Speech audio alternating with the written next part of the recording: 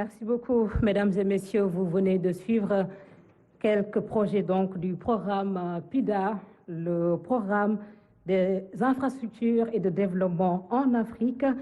Et parmi ces projets les plus structurants, nous avons ici au Sénégal le TER, le train express régional que vous avez vu dans la vidéo.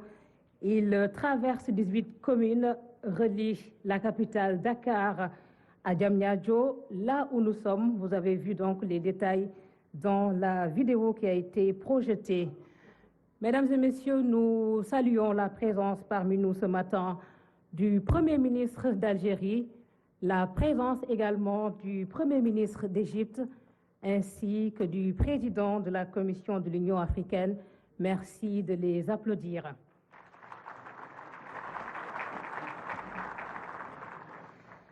Mesdames et messieurs, comme vous le voyez, c'est un sommet qui est organisé par l'Afrique, pour l'Afrique.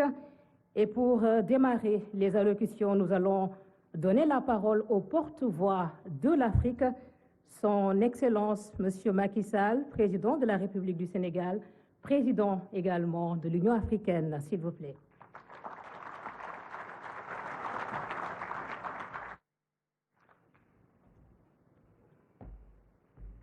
Merci. Merci beaucoup, Madame Aramdao. Excellence, Monsieur le Président Paul Kagame, président de la République du Rwanda et président du comité d'orientation du NEPAD, chers frères et chers amis Paul. Excellence, Monsieur Aymen Ben Abdelrahman, Premier ministre de la République algérienne démocratique et populaire. Excellence, Monsieur Moustapha Madbouli, Premier ministre de la République arabe d'Égypte. Excellence, Monsieur Moussa Faki Mahamat, président de la Commission de l'Union africaine, Madame la directrice exécutive de AODA NEPAD, Sir Natando, Excellences, Messieurs les présidents des institutions de la République du Sénégal, Monsieur le Président de l'Assemblée nationale, Monsieur le Premier ministre, Monsieur le Président du Conseil économique, social et environnemental, Mesdames et Messieurs les ministres, Excellences, Mesdames, Messieurs les ambassadeurs et représentants d'institutions internationales, partenaires techniques et financiers, Mesdames et Messieurs les représentants du secteur privé, national et international.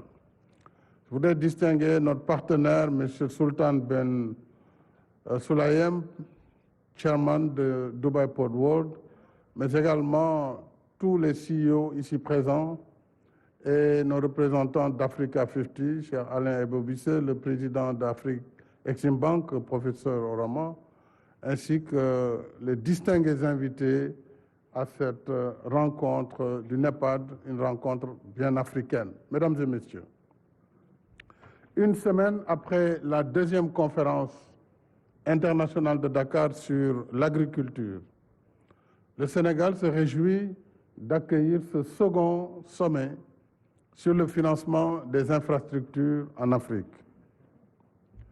Je souhaite ainsi la bienvenue et un agréable séjour à nos hôtes. Je te remercie particulièrement,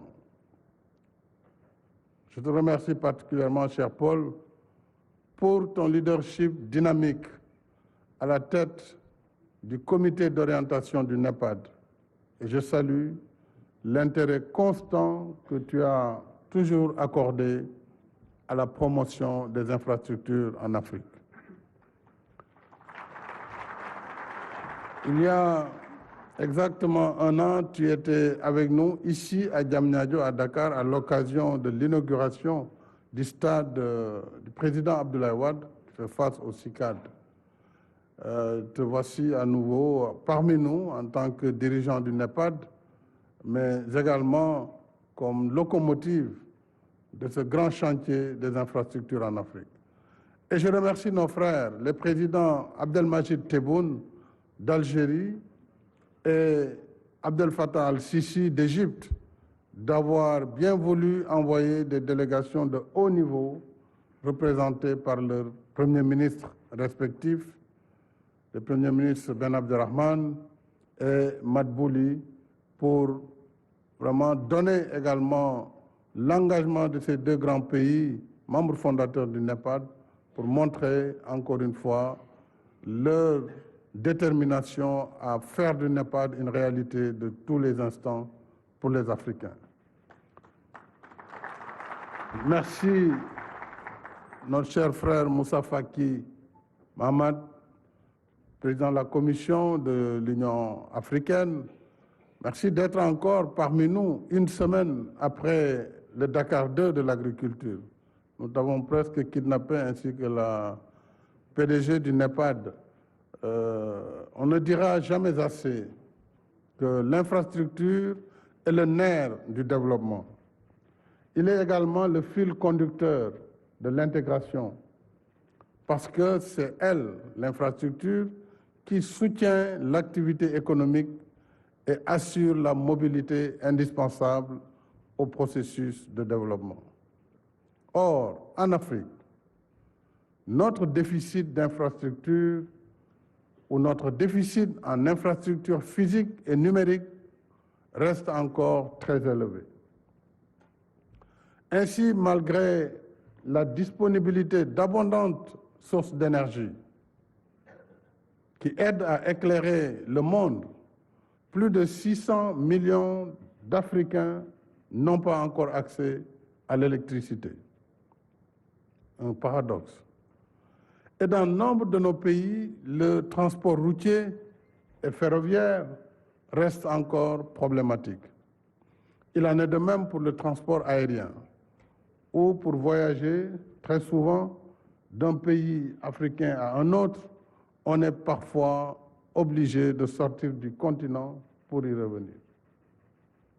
Pour les infrastructures numériques, malgré les progrès accomplis, le taux de connexion sur le continent reste encore faible, 36%, contre une moyenne mondiale de 62,5%.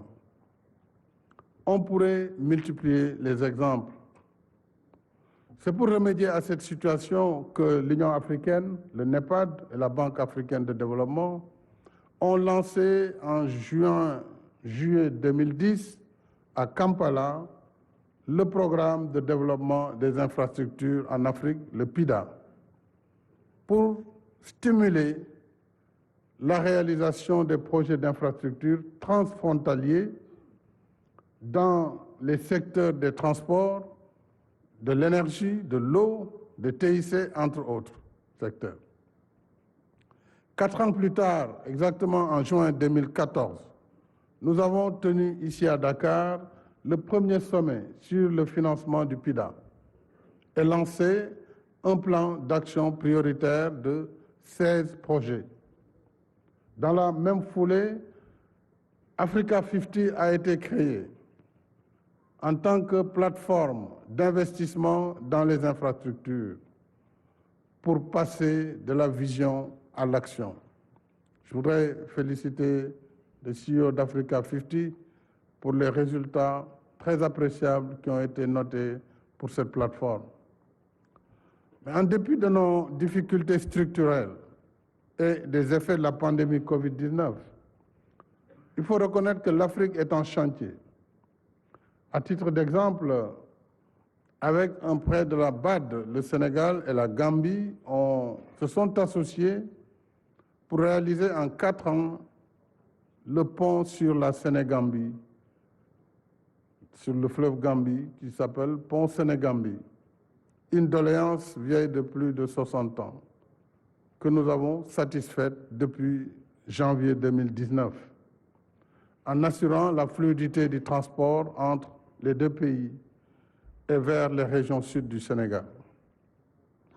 En novembre 2021, le Sénégal et la Mauritanie ont lancé le chantier du pont de Rosso sur le fleuve Sénégal, qui est en cours de réalisation pour une durée de 30 mois. Donc, dans quelques mois, nous allons inaugurer cette infrastructure majeure qui a été aussi financée avec le concours de la BAD, de l'Union européenne et de la Banque européenne d'investissement. Ce pont est un chaînon du processus d'intégration africaine en tant que partie intégrante du corridor transfrontalier Tanger, Casablanca, Nouakchott, Dakar, Abidjan et Lagos. Donc c'est cet axe qu'il permet de relier en continuité terrestre. Par ailleurs, sur le continent, je sais que les mêmes efforts de construction, d'infrastructures, d'interconnexion par des financements publics se suivent dans l'esprit du NEPAD. Il faut s'en féliciter. Et nous serons très intéressés d'apprendre certaines expériences, notamment en Algérie, au Rwanda, sur les TIC et dans d'autres pays, comme l'Égypte. Il serait intéressant que ces expériences soient connues également afin que nous puissions partager les bonnes pratiques en matière de développement et de financement des infrastructures publiques. Alors je n'oublie pas le rôle essentiel du secteur privé, dont le mérite est de montrer que les infrastructures en Afrique peuvent également être rentables. Je citerai à titre d'exemple un méga projet au Sénégal, le port en eau profonde de Ndayane, adossé à une zone économique spéciale que le Sénégal développe à quelques kilomètres d'ici avec notre partenaire Dubai Port World pour un coût initial de 837 millions de dollars. Un projet donc public-privé dans sa première phase pour atteindre plus du milliard de dollars dans sa seconde phase. Alors c'est le plus gros investissement privé au Sénégal. Thank you very much, Chairman Sultan. We are very proud of our partnership and we hope on this February we will start the work on the site. Donc nous allons en effet démarrer les travaux de ce port. Nous avons levé toutes les contraintes liées au financement et l'État a assumé toutes ses obligations pour que ce travail, ce chantier énorme puisse démarrer. Alors c'est pour encourager, mesdames et messieurs, ce partenariat public-privé que nous tiendrons prochainement le forum Invest in Sénégal sous l'égide de l'Agence de la promotion des investissements et des grands travaux APIX. Mesdames et messieurs, le progrès du continent en matière d'infrastructure, ces progrès sont réels, mais les défis le sont tout autant.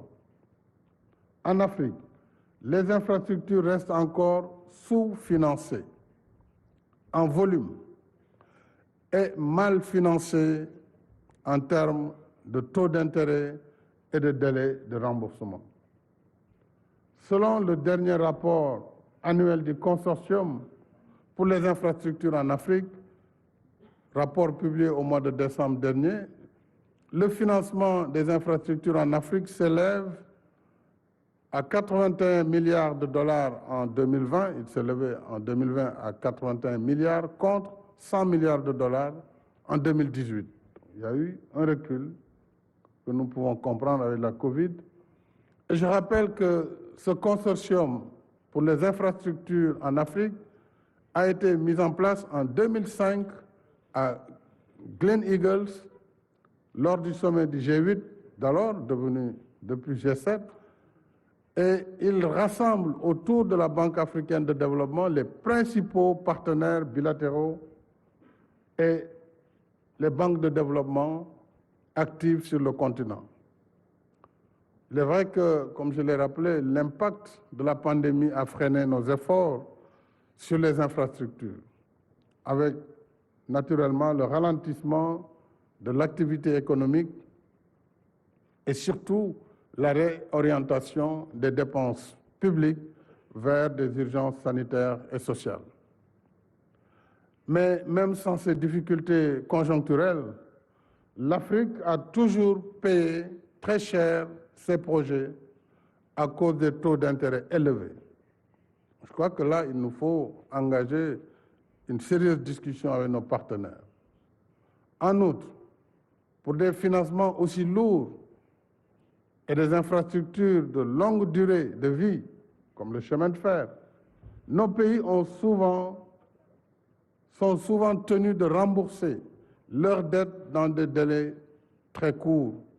C'est là le paradoxe, à quelques exceptions près. Il faut reconnaître quand même qu'il y a encore des financements concessionnels, pas très importants en volume comparé aux besoins, mais il s'agit tout de même de saluer et de reconnaître les efforts des partenaires bilatéraux et multilatéraux qui accompagnent l'Afrique sur le financement des infrastructures lourdes.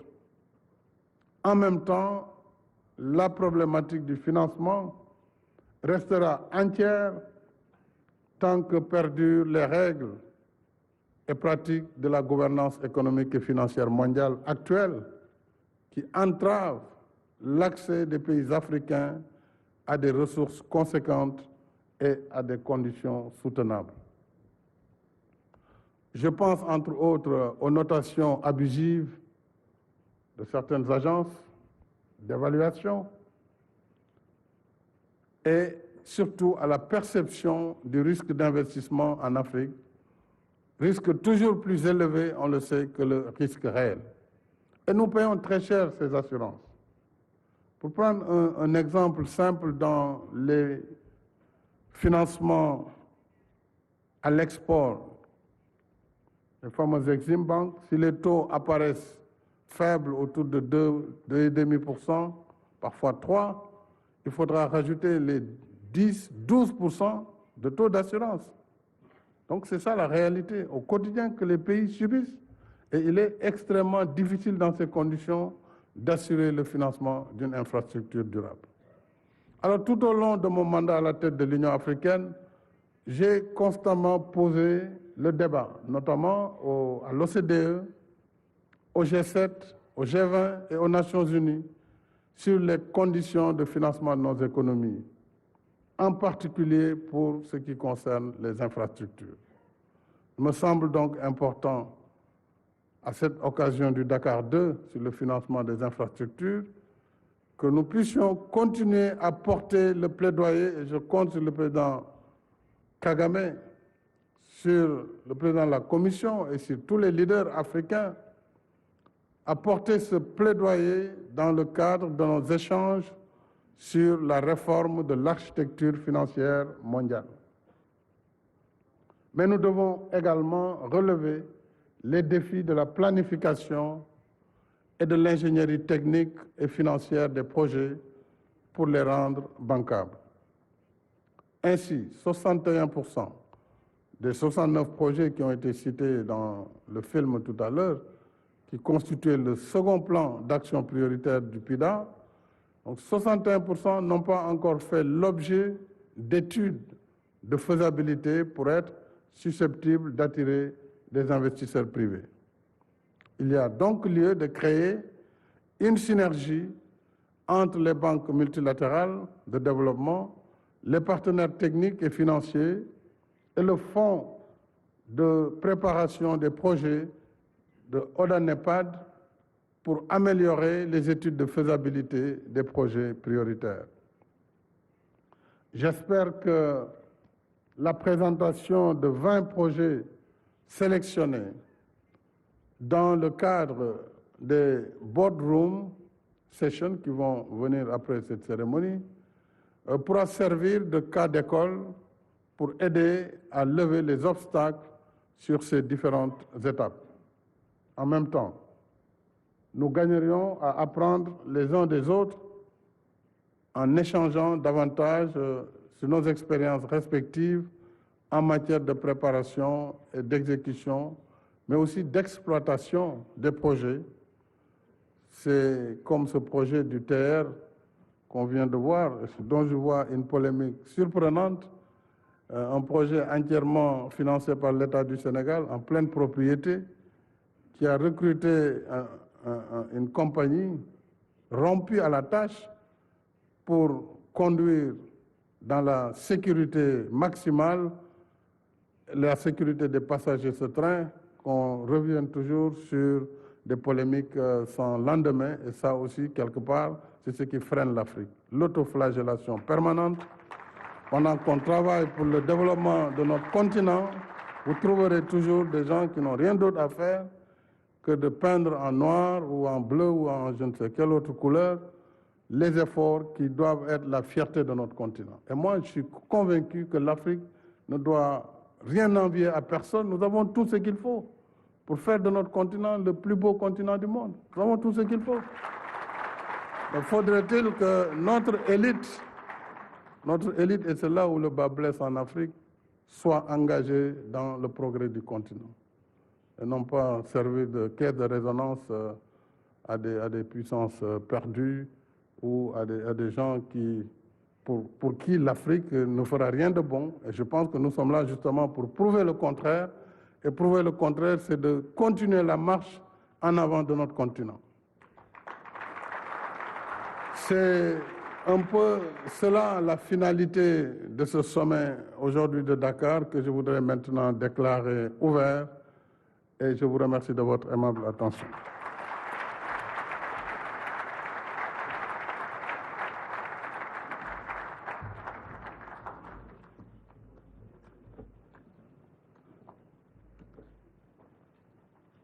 Merci mille fois, Monsieur le Président, de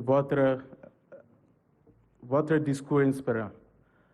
I now have the distinguished honor of inviting to take the floor to give his opening remarks His Excellency President son Paul discours, Kagame, Son Excellence President of the Paul Republic of Kagame, Rwanda président and de Chairperson of NEPAD la Heads of République de State Rwanda et and également Government président Orientation du Committee. NEPAD Your et Excellency, you have the du comité d'orientation.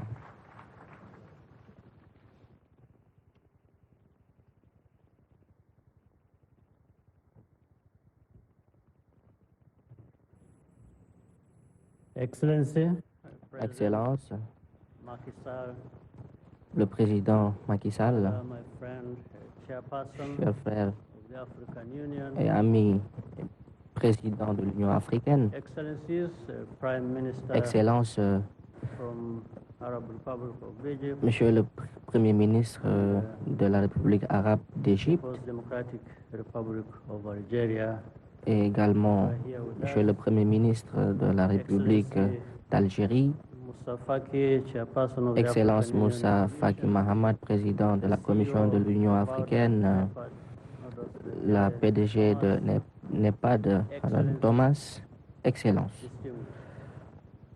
ladies and gentlemen, Mesdames et Messieurs, tout protocole observé. allow me to begin Permettez-moi by thanking de commencer par President remercier Macky Sall le président Macky for Sall hosting this important meeting d'avoir accueilli ahead of the African cette Union rencontre Summit importante en tant que président of the de NEPAD l'Union Heads of africaine, State. également Government Orientation Committee later this à month. mon nom. En tant que président, je voudrais saluer cet acte. Monsieur le Président, vous avez pratiquement couvert Things that you need et to say. abordé toutes les choses dont je voulais parler Thank you for et je voudrais vous remercier pour votre engagement. let me go on say Permettez-moi also commend donc, après cela, de President féliciter le président Cyril Ramaphosa for his leadership pour son of the leadership presidential infrastructure sur champion les infrastructures et les initiatives With the allant dans ce implementation of sens the program, avec la mise en œuvre du programme des infrastructures pour le développement des infrastructures en Afrique, PIDA, building world-class en construisant infrastructure des infrastructures de classe mondiale dans notre is continent within our reach. avec d'autres. Under the second PIDA priority Une action personne plan, a how the félicité. NEPAD assists member countries ODA et in NEPAD fast-tracking projects, appuient les pays dans les projets d'infrastructure social avec impact. un impact social Over the important. years, Au cours des années, good progress has been made, il y a eu no doubt des about it. progrès considérables, But Africa, mais le continent Africa's africain, infrastructure notamment les gap infrastructures remains significant. et les failles dans le domaine des infrastructures restent consistantes. Mobilizing domestic Ainsi, resources pour is y very, combler ce vide, mobiliser les ressources this is why est très in important. 2017, C'est pour cela qu'en 2017, NEPAD ODA NEPAD a the lancé 5% agenda l'agenda on de increasing 5% pour l'augmentation investment in des Africa. investissements institutionnels sur les infrastructures de l'Afrique. This summit Ce sommet is an opportunity to add est to this une occasion pour fund mix, ajouter funding mix. à cela des financements partnering mixtes en nouant des with the partenariats private sector avec le secteur make privé our pour infrastructure projects faire de nos even projets d'infrastructure encore bankable. plus bancables Having inclusive, en ayant reliable, notamment and sustainable infrastructure des infrastructures is inclusives, not an end durables in itself. For Africa, dans it le means continent. Pour l'Afrique, cela reducing the cost signifie of réduire doing le business, coût de faire des boosting affaires regional trade, et également and becoming renforcer le commerce resilient régional et être against davantage résilient par rapport ultimately. aux chocs à venir. En Infrastructure fin de is a compte, means les to infrastructures create signifient prosperity and créer opportunity la prospérité et les opportunités pour nos peuples. since its creation. Depuis sa création, Under the leadership of South sous Africa, le membership leadership of the Presidential de Infrastructure l'Afrique du Champions Sud, Initiative has l'initiative pour la promotion des infrastructures n'a eu de cesse de underscores croître. once again Et à ce niveau, that building Africa's cela infrastructure requires souligne encore une fois de plus to que work closely construire together des infrastructures en Afrique exige que nous governments travaillions and ensemble with avec les the gouvernements private sector. et avec le In secteur fact, this privé. also helps to En fait, operationalize cela nous aide with à full capacity opérationnaliser à the son African plein Continental potentiel trade area. la zone de libre-échange du continent africain. It is part of our wider vision as Cela fait outlined partie de in Agenda notre large vision, comme ça a été souligné dans a l'agenda more 20 secure and prosperous Africa. 63 de construire des Let's seize infrastructures this pour tout le momentum monde. Et cela est un élan qui nous permettra de towards faire des our shared progrès goals. rapides et d'atteindre nos We cannot objectifs be communs, qui satisfied sans quoi nous ne pourrons pas with être satisfaits business as usual. et faire nos I activités take comme il this se doit. opportunity to Et thank je saisis cette occasion all the pour partners present remercier tous les partenaires qui ont and pris part à let's cet continue événement et je vous working exhorte à together continuer de travailler stay ensemble the et course de for the Africa contribuer we want. à bâtir again, l'Afrique dont nous President avons Macky Sall, besoin. Encore une fois de plus, Monsieur le thank you Président Macky Sall, je voudrais vous remercier inviting us, de nous avoir invités hosting us, et de nous accueillir city, dans cette belle ville Dakar de Dakar and Senegal. et ce I beau thank pays you qu'est le Sénégal. Je vous remercie kind de votre attention. aimable attention.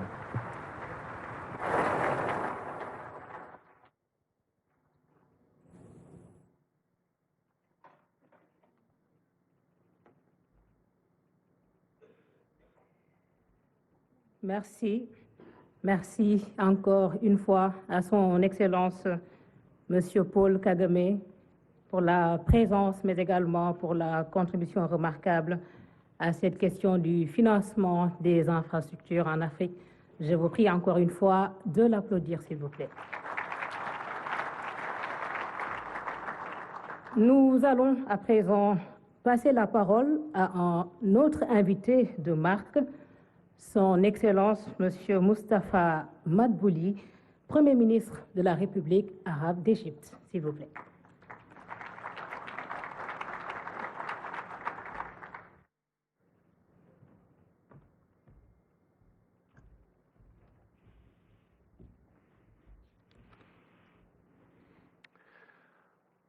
بسم الله الرحمن الرحيم فخامة Son Excellence le Président Macky Sall, le Président de la République du Sénégal et le Président de l'Union africaine,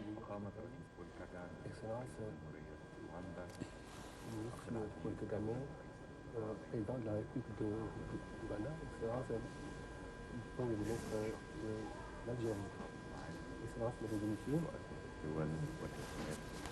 chef de l'État et du gouvernement, Mesdames et Messieurs, je voudrais d'abord remercier vivement Son Excellence Monsieur le Président Macky Sall pour l'accueil chaleureux, l'hospitalité, également cette organisation très distinguée pour la deuxième édition de la conférence de Dakar sur le sommet de Dakar sur le financement des infrastructures. Je voudrais également vous transmettre des salutations de Son Excellence Monsieur le Président Abdel Fattah el-Sisi, le Président de la République arabe d'Égypte, qui nous était son agenda très chargé. Il serait là avec vous aujourd'hui. Et dans ce contexte, je voudrais d'abord exprimer toute ma gratitude à la présidence du Sénégal, à la tête de l'Union africaine depuis un an. Cette présidence est donc assurée par le président de la République qui défend l'Afrique partout dans le monde et sur toutes les sphères mondiales. Je voudrais également remercier le secrétariat de NEPAD pour sa contribution pour la préparation de ce sommet, mais également pour les efforts fournis pour mobiliser le financement international pour le financement des projets d'infrastructure en Afrique. L'Égypte s'apprête à prendre la présidence du comité d'orientation du NEPAD à partir de février 2023 jusqu'à 2025 pour renforcer le rôle de cette agence pour donc faire connaître les priorités de développement en Afrique, mais également pour combler le fossé dans le cadre de l'agenda africain, donc 2063. Ce sommet vient aujourd'hui, mesdames et messieurs, 9 ans après la première édition qui a été organisée en 2014. Et il a un sens très particulier qui reflète donc notre engagement en ce qui concerne le développement du partenariat entre l'Afrique et les partenaires internationaux. Et cela nous permettra également de trouver des solutions aux crises successives que connaissent notre continent et également pour assurer un meilleur avenir pour nos populations. Cela nous permet également de diriger des corridors économiques et faire des projets de développement comme en tant que des piliers très importants dans le cadre de la mise en œuvre de l'agenda 2063. Selon les statistiques de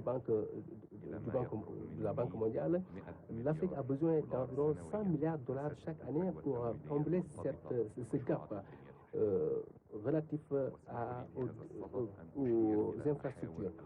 Je voudrais à présent citer 5 axes qui, selon moi, sont des piliers très importants pour la réalisation de nos aspirations dans le cadre du développement de l'Afrique. D'abord, il faudra des efforts consentis pour mobiliser des financements pour que l'Afrique soit liée à ce qui, dans le cadre de PIDA, PAP 2, y compris le projet de liaison entre le lac Victoria et la Méditerranée. L'Égypte, dans ce cadre, donc, fournit des efforts considérables pour faire la promotion de ce projet. Dans ce cadre, l'Égypte a abrité le 12 décembre 2022 une réunion ministérielle. Lors de cette réunion, un consensus a été trouvé pour mener une étude de faisabilité. Deuxièmement, les pays africains ont besoin, sur le plan national et continental, de donner un catalyseur aux politiques pour encourager les investissements en Afrique. Nous avons en Égypte sorti deux documents sur le domaine public et ce qu'on a appelé le permis d'or. pour les projets des investissements, et cela pour faire de la zone économique du canal de Suez une plateforme intéressante qui attire les investissements dans la région. Et cela conformément à l'approche qu'on a appelée le partenariat public-privé. Troisièmement, l'Égypte est prête à partager son expertise parce que durant ces dernières années, les 8 dernières années, l'Égypte a fait un bon très considérable dans ce domaine. 150 milliards de dollars, soit une hausse de 340%, ont été dépensés sur l'amélioration des infrastructures et la construction et de nouvelles infrastructures. Et cela a donné lieu à la création de 5 millions de nouveaux emplois pour les Égyptiens. Je voudrais également citer le projet géant que les Égyptiens, en collaboration avec les Tanzaniens, sont en train de bâtir. C'est le barrage Julius Nyerere en Tanzanie. Et c'est un projet sur lequel on doit prendre exemple et que nous devons également dupliquer dans d'autres pays africains. Et cela reflète également les compétences et les expertises des entreprises africaines qui sont prêtes à partager cette expérience avec les terres africaines. Quatrièmement, il y a un rôle à jouer par les partenaires internationaux et les institutions de financement internationales, mais également tout cela pour combler le gap de financement et alléger les charges de la dette pour certains pays qui sont les plus touchés. Parce que cette dette a atteint des niveaux critiques dans certains pays, à savoir 250% de leurs revenus. Donc nous avons besoin d'annuler certaines de ces dettes conformément à l'initiative du G20. Je voudrais également dire que l'Afrique doit avoir un siège au sein du G20 parce que l'Afrique doit faire entendre sa voix. Cinquièmement, nous devons tirer profit de la ZLECAf qui a fait en rigueur en 2009 lorsque l'Égypte j'ai assuré la présidence de l'Union africaine. Parce que c'est un accord très important, mais nous devons, pour en tirer profit, faire d'énormes investissements. Et l'Égypte continue toujours, en tant que présidente du commissaire, donc de promouvoir cela. Mesdames et messieurs, je vous ai expliqué certains des axes qui, selon moi, sont très importants quand il viendra donc l'étape de formuler des approches pour promouvoir le financement des infrastructures en Afrique. Je pense que nous aurons une vision très claire en collaboration avec les partenaires internationaux, avec les institutions pour pouvoir donc encourager les investissements en Afrique. C'est une condition sine qua non pour un meilleur avenir pour nos populations. Pour finir, je voudrais encore une fois réitérer mes remerciements au pays hôte qui est le Sénégal, également pour remercier M. le Président Macky Sall et vous en souhaitant donc une des meilleures délibérations lors de cette rencontre très importante. Merci beaucoup.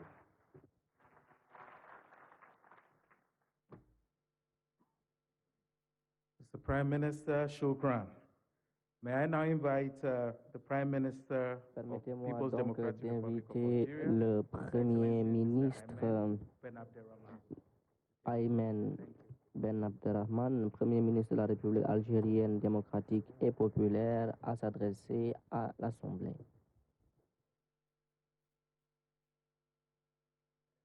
Bismillahirrahmanirrahim. Excellence, Monsieur le Président Monsieur Macky Sall, Président de la République du Sénégal et Président en exercice de l'Union africaine. Excellence, Monsieur Paul Kagame, Président d'Ouganda, de la République d'Ouganda, Excellence Monsieur Mustafa Madbouli, chers frères, Premier ministre de la République d'Égypte, Excellence Madame Nardos Bekele-Tames, secrétaire exécutif du NEPAD, Excellence Monsieur Moussa Faki,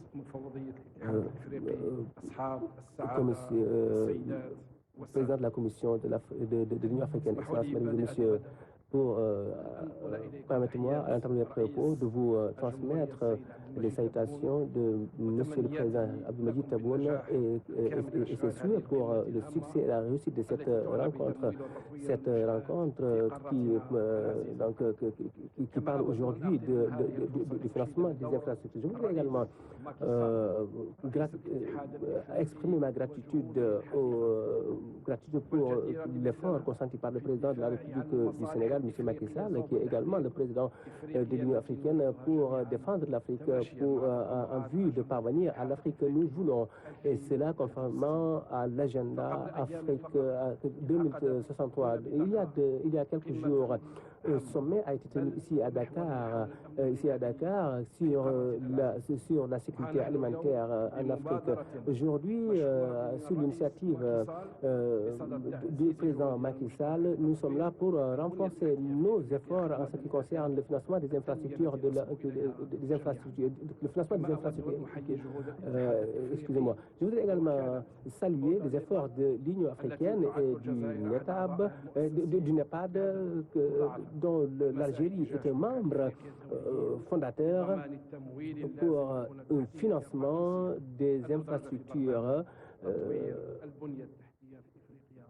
pour une meilleure amélioration de ces infrastructures selon le programme PIDA. Comme on l'a fait en 2014, la première édition était ici à Dakar, nous savons que les infrastructures ont une importance capitale en Afrique.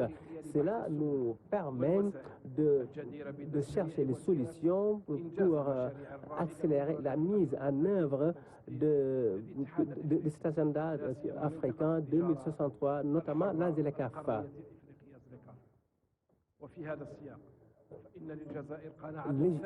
L'Algérie est convaincue qu'il faut qu'il y ait une intégration régionale et continentale pour faire face aux défis qui cherchent à mettre l'Afrique à l'écart.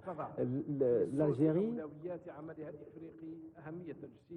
considère que l'amélioration des infrastructures est une priorité pour l'Afrique. C'est pourquoi l'intégration africaine sur le plan national, régional et continental, et selon l'Algérie, est une condition sine qua non pour le développement de l'Afrique.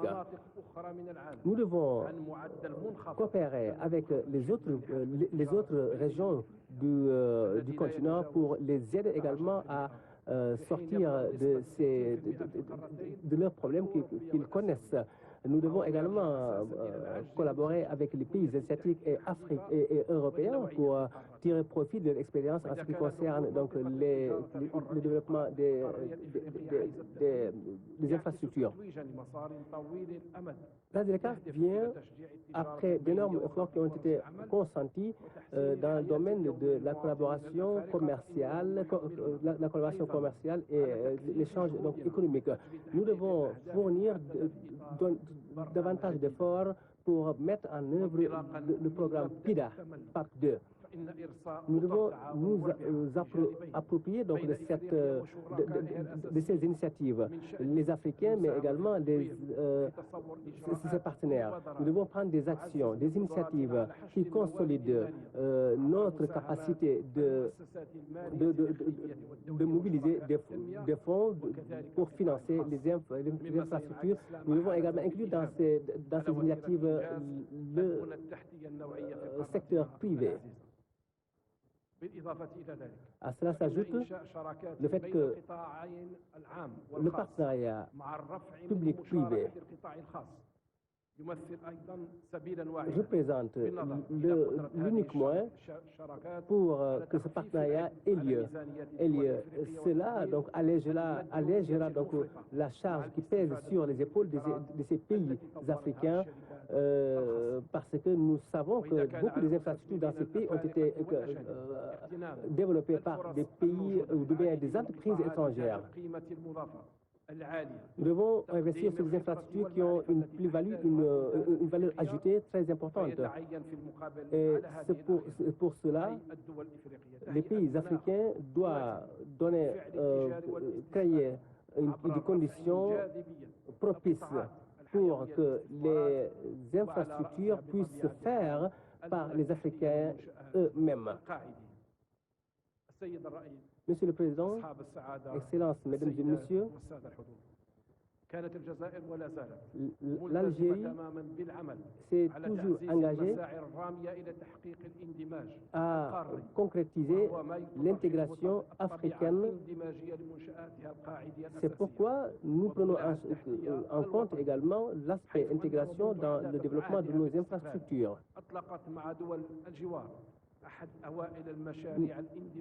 Les premières infrastructures développées avec des pays partenaires ont été faites avec la Côte d'Ivoire et nous avons construit sur le long du désert une route de plus de 100 mètres. Également une route avec le Niger. Avec d'autres projets ont été faits avec le Mali, la Tunisie, le Niger, entre autres pays. Et c'est là que ces pays concernés par ce projet très important sont d'accord pour mettre en œuvre des infrastructures qui participent à l'intégration de l'Union africaine, tout cela dans le cadre de PIDA PAP 2. Sur instruction de Abdelmadjid Tebboune, l'Algérie a eu une initiative avec la Mauritanie pour prendre des mesures législatives et pour donner aval à nos entreprises pour collaborer avec leurs pairs mauritaniennes pour bâtir des infrastructures qui lient des pays. Ces projets peuvent même atteindre le Sénégal en tant que pays, donc voisin de la Mauritanie. Et cela en partenariat, en collaboration avec les deux chefs d'État qui sont le président Macky Sall et le président Razouani. Et cela nous donne une occasion pour lier l'ouest et l'est de ces deux pays. Nous avons également une piste qui traverse le désert entre le Mali, le Niger et l'Algérie. Et cela pour combler le déficit ou bien le gap infrastructurel dans ce domaine. L'Algérie veille toujours à avoir une pipeline entre Lagos et l'Alger qui va traverser le Niger et Nigeria, qui sont deux pays frères. Je voudrais également saisir cette occasion pour réitérer l'importance des infrastructures en ce qui concerne l'environnement dans le cadre de l'agenda 2063. Mais nous devons toujours respecter les mesures prises par l'Union africaine, tout en respectant également les législations des pays qui sont concernés par ces infrastructures. Pour terminer, je voudrais encore une fois réitérer l'engagement de l'Algérie pour ensemble que nous travaillions pour avoir des infrastructures au niveau du continent africain. Du haut de cette tribune, je voudrais également dire que l'Algérie est prête à collaborer avec tous les pays du continent pour développer des infrastructures nationales mais également continentales dans toutes les régions du continent. Ensemble, nous pouvons avoir des infrastructures solides qui tiennent et qui nous aide également à bâtir un avenir meilleur pour nos populations. Cela va affranchir l'Afrique de ces...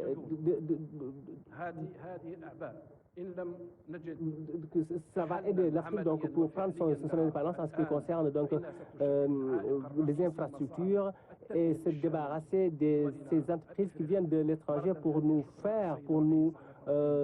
bâtir nos infrastructures. Je voudrais à ces mots terminer mon allocution et en vous remerciant encore une fois, Monsieur le Président de la République.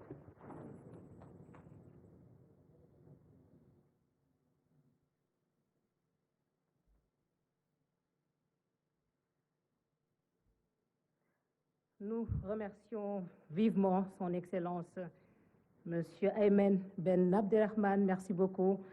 Mesdames, Messieurs, je voudrais à présent passer la parole au président de la Commission de l'Union africaine.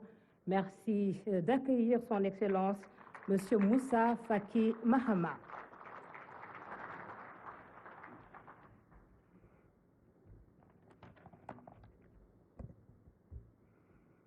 Excellence Macky Sall, président de la République du Sénégal, président en exercice de l'Union africaine, Excellence Paul Kagame, président de la République du Rwanda et président du comité d'orientation des chefs d'État et de gouvernement du NEPAD, Excellence Monsieur le Premier ministre de l'Algérie, de l'Égypte et du Sénégal, Excellence Monsieur le Président des grandes institutions de la République du Sénégal, Excellences, Mesdames et Messieurs les ministres, Madame la commissaire de l'Union africaine en charge des infrastructures et de l'énergie, Madame la secrétaire exécutive de ODA-NEPAD, Monsieur le représentant des institutions financières, chers partenaires, Mesdames et Messieurs, je voudrais tout d'abord exprimer ma reconnaissance au président Macky Sall, au gouvernement et au grand peuple du Sénégal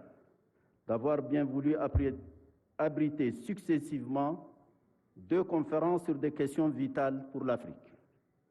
La conférence sur la sécurité alimentaire il y a une semaine et le sommet actuel sur le financement des infrastructures.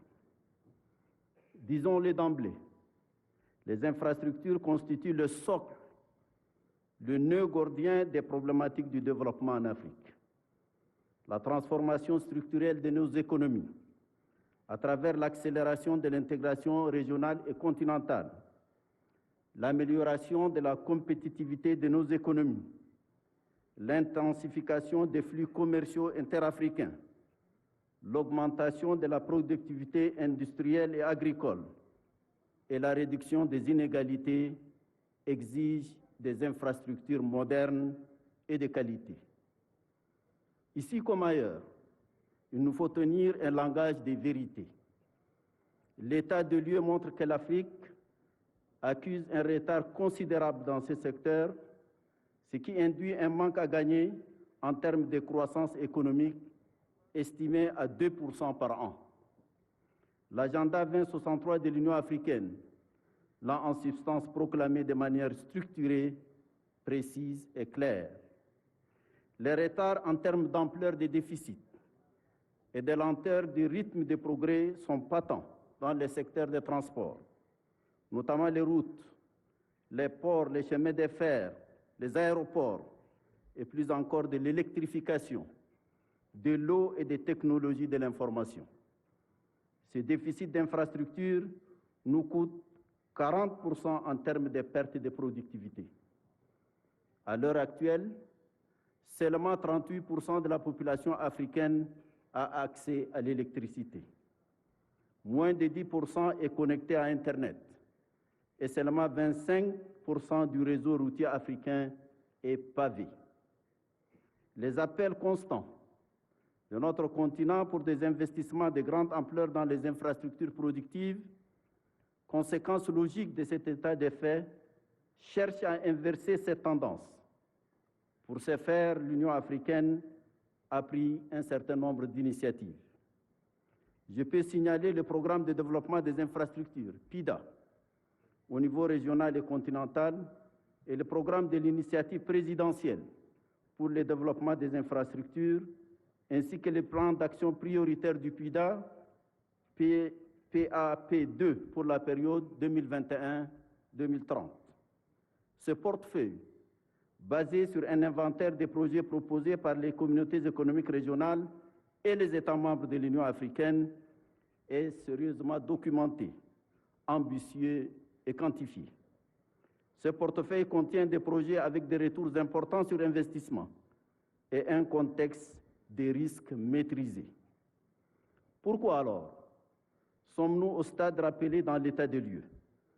Ce n'est certainement pas à défaut d'initiatives africaines diverses que nos retards s'expliquent. N'est-il pas alors temps d'orienter la recherche des réponses en nous-mêmes, c'est-à-dire dans les déficits de volonté politique, d'innovation dans la gouvernance et d'audace dans la construction de nos destins? Les infrastructures ne tombent pas du ciel. Elles se conçoivent, se planifient et se réalisent avec méthode, acharnement et détermination transformatrice.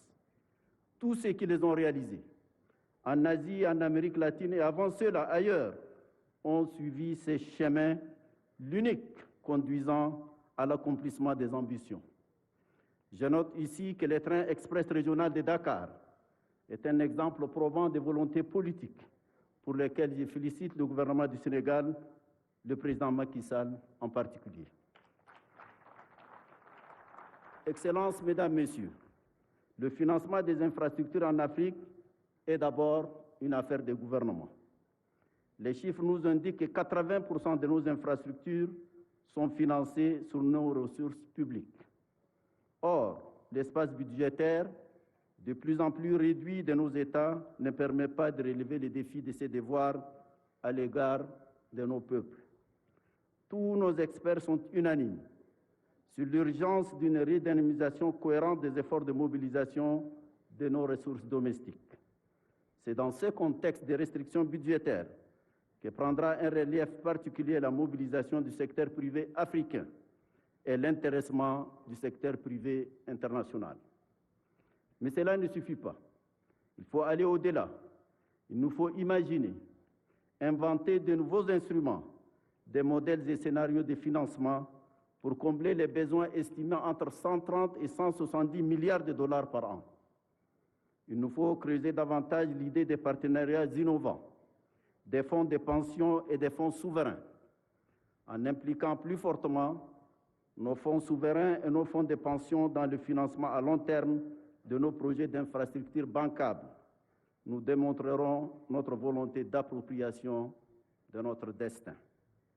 À titre de contribution, la Commission de l'Union africaine tente de renforcer la lutte contre les flux illicites de capitaux, qui nous coûtent plus de 70 milliards de dollars par an. L'amélioration de la gestion des finances publiques par la réforme des politiques fiscales, la mise en place d'institutions financières véritablement africaines et le renforcement des outils et mécanismes de financement innovants. De même, la Commission a pris des initiatives visant à éliminer les obstacles inhérents à la mise en œuvre des projets PIDA, en soumettant ces difficultés aux chefs d'État pour la prise de décisions conséquentes. Cette approche a permis des avancées dans la réalisation des projets tels que la transsaharienne Lagos-Alger, le corridor nord-sud dans la SADC, l'APSET en Afrique de l'Est ou encore l'interconnexion par la fibre optique en Afrique de l'Ouest.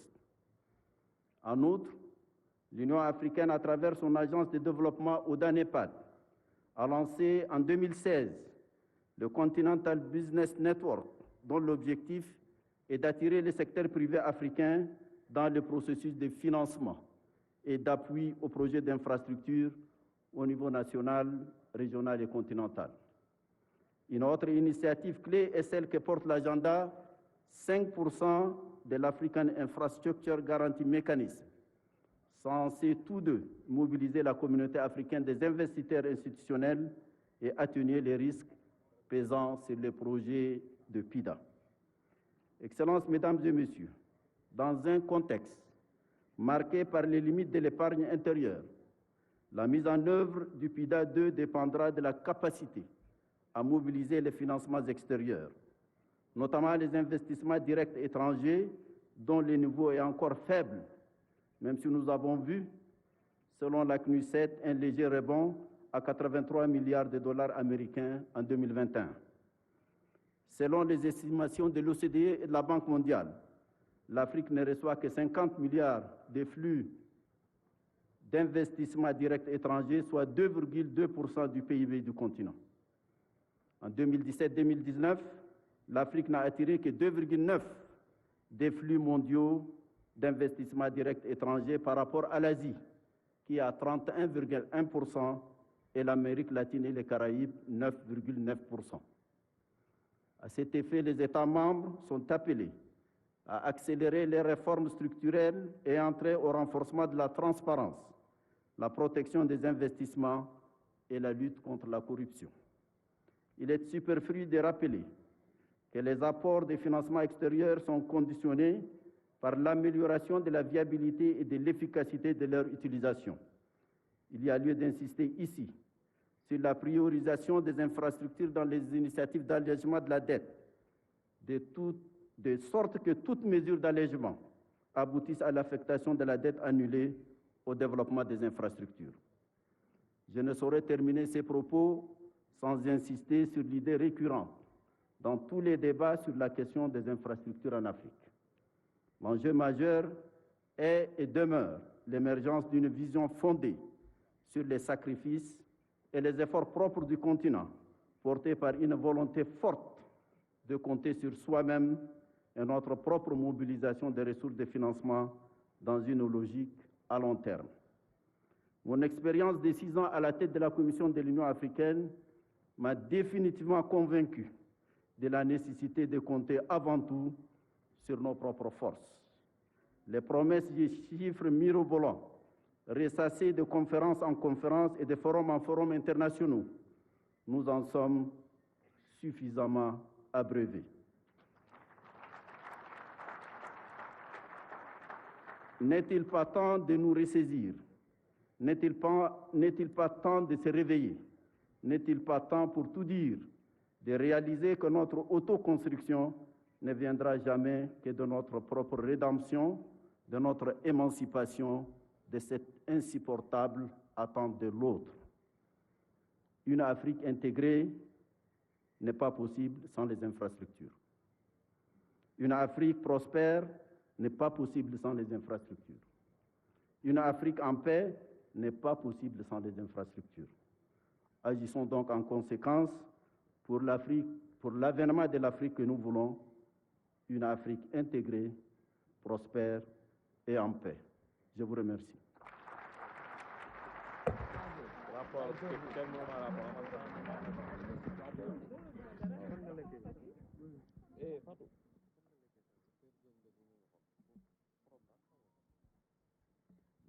Merci beaucoup, Excellence, Monsieur Moussa Faki Mahama, une Afrique intégrée, prospère.